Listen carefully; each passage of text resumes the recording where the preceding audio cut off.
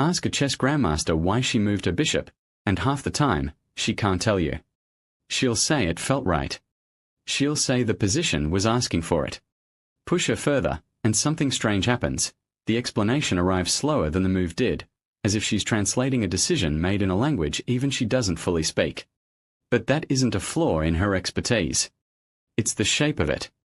And it means the single most valuable thing a mind can learn to do is also the thing it becomes least able to explain. Which is an uncomfortable thought for anyone who has ever tried to build a better life by copying someone else's schedule. Centuries before anyone studied grandmasters, monks in European monasteries were already demonstrating the same idea, by accident. Parchment was slow to make and expensive to buy, so old manuscripts were routinely scraped clean with a blade and written over with new text, again and again, until nobody could say for certain what had originally been recorded underneath. It's a habit that rarely makes it into the history books. And it explains more about the architecture of your own mind than any collection of billionaire morning routines ever could. 4 years now, a certain kind of video has flooded the internet, the morning routines of the extraordinarily successful. Wake before 4. Cold water first, coffee second. A specific brand of notebook, filled in a specific order. A walk taken alone, before the world is awake, in total silence. People study these details the way other people study recipes, quietly convinced that if they can just follow the same steps in the same sequence, they'll eventually arrive at the same result. Entire forums exist for trading these rituals like currency. Entire industries have been built selling the notebook, the app, the exact 5-step sequence, to people hoping the sequence itself is where the power lives. But lay enough of these routines side by side, and the pattern falls apart in your hands. For every founder who swears by 4 a.m., there is someone equally accomplished who works until 2 and sleeps until 9. For every disciplined vegan tracking every gram of protein, there is a chain-smoking insomniac who built something just as lasting on almost no sleep at all. Some meditate for an hour. Some have never meditated in their lives and find the idea faintly absurd. If the specific behavior were actually doing the causal work, it should look roughly consistent across everyone who reaches a similar outcome. It doesn't. Therefore, whatever is actually responsible was never the thing being filmed and photographed and sold in a course. It survives quietly underneath all that variation, doing the real work while the visible rituals take all the credit for it. In 1946, the psychologist Adrian de Groot ran a study that decades later, researchers Chase and Simon would refine into one of the more quietly unsettling findings in cognitive science. Show a chess grandmaster a real position from a real game, even for a few seconds, and she can reconstruct the entire board from memory afterward, nearly flawlessly. But scramble the same pieces into an arrangement that could never occur in an actual game, and her advantage all but disappears. She performs like a beginner. Her memory, it turns out, was never generally superior to anyone else's. It was only superior for patterns she had already encountered thousands of times before, patterns compressed into shapes so familiar they no longer registered as information at all. They registered as perception itself. A driver who has taken the same road home for 10 years could not walk you through it turn by turn, and it isn't because the drive is easy. It's because it stopped requiring conscious narration a long time ago. Somewhere along the way, the mind quietly promoted the whole sequence out of the department that explains and into the department that simply does, without asking permission from the part of you that would otherwise have to think it through. This is what the psychologists Paul Fitz and Michael Posner mapped when they describe how any skill is actually acquired. At first, every step is visible, effortful, and deliberate. You can watch yourself doing it, clumsily, one piece at a time, because you're still doing it consciously. Later, the pieces begin linking together on their own, faster than you can narrate them. And eventually, the entire skill drops below the level of conscious narration completely, running by itself, asking nothing of the part of you that once had to supervise every step. Mastery, it turns out, is not remembering more.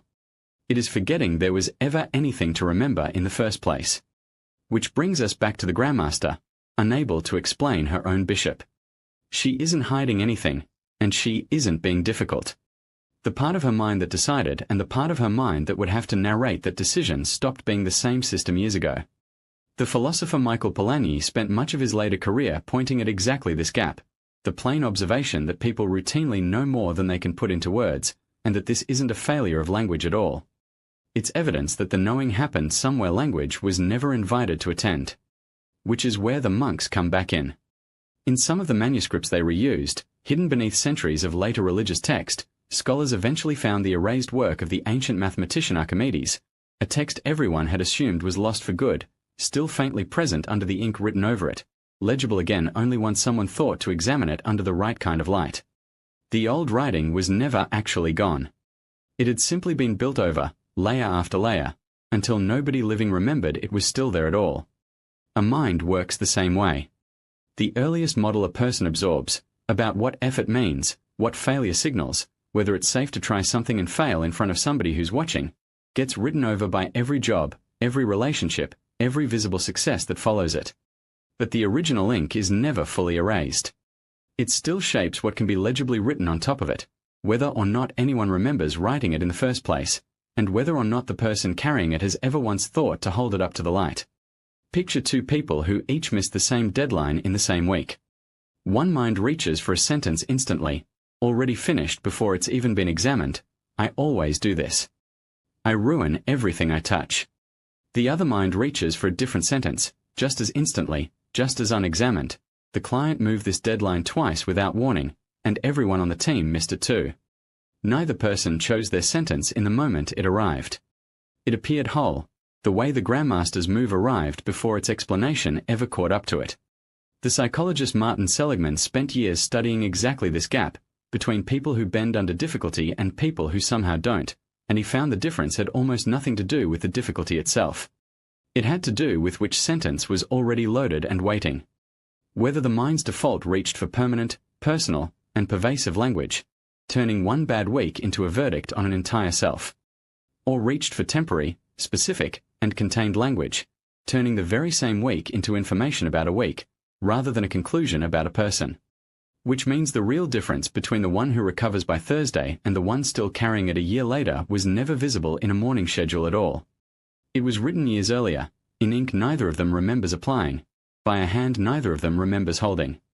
None of this has much to do with ambition, specifically. It's simply how an identity gets built in the first place. A child praised only when she wins absorbs an early layer of ink about what makes her worth noticing. A child comforted only when he stays quiet absorbs an early layer about what feelings are permitted to look like out loud.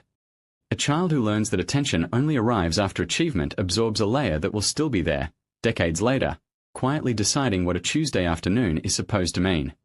None of these children chose the lesson. It was simply the ink available at the time, applied by hands larger than their own, and it dried the way it dried. Somewhere on the route you've walked most days for years, there's a wall you stopped seeing decades ago. Not because it isn't there, but because you built it yourself, one repetition at a time, so gradually that it never once registered as construction. It just became the shape of the room.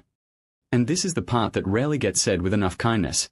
The mechanism that produces a high performer's quiet resilience and the mechanism that produces someone else's quiet, invisible self-erasure are the exact same mechanism, running on the exact same hardware, aimed at two different conclusions that neither person consciously selected. One of them got fortunate in the ink they were handed early. The other didn't. Calling one disciplined and the other undisciplined mistakes the output for the source. Which leaves a stranger, harder question than which habits to copy. What sentence is your own mind reaching for right now, every single time something goes wrong, before you've even had the chance to examine it? And did you ever actually agree to that sentence, or did you simply inherit it the way you inherited a face? Most people can't answer that with any real confidence. Not because they're careless, and not because they lack the willpower to look closer. It's the same economy of mind that lets the Grandmaster stop consciously counting pieces on a board. Automaticity isn't a personal failing. It's what any mind is built to do with anything repeated enough, whether the repetition was kind or corrosive, useful or quietly ruinous. The very efficiency that makes a skill invisible to the person who mastered it is the same efficiency that makes a wound invisible to the person still living inside its walls. Neither one asked for the efficiency. Both of them got it anyway. Which is not a reason for despair. It's closer to an instruction, hidden quietly inside the problem itself. A model that's been seen is already a model that has loosened its grip, even slightly. The scholars who found Archimedes underneath a prayer book didn't need to scrape the newer text away to read what was beneath it.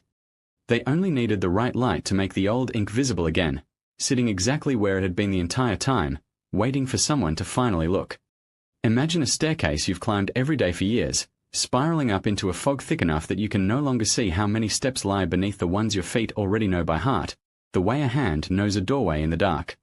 You didn't build it in a single day, and you don't remember laying most of it. But it's yours. Every riser was set by an earlier version of you, responding to something that happened long before this morning, and long before whatever it is you're currently trying to fix by waking up an hour earlier than you did yesterday. The real work was never to imitate someone else's staircase. It was never in the notebook, or the cold water, or the hour of silence before sunrise, borrowed from a life that isn't yours. It was to notice, every so often, that you're standing on a staircase you built yourself, one repetition at a time, so long ago that it stopped looking like construction and started looking like the ground beneath your feet. So maybe the real question was never what a high performer does before sunrise. It's which invisible sentence has been quietly deciding, for years, what every setback in your life is even allowed to mean, and whether you've ever once stopped, there on the staircase, in the fog, to ask who actually wrote it.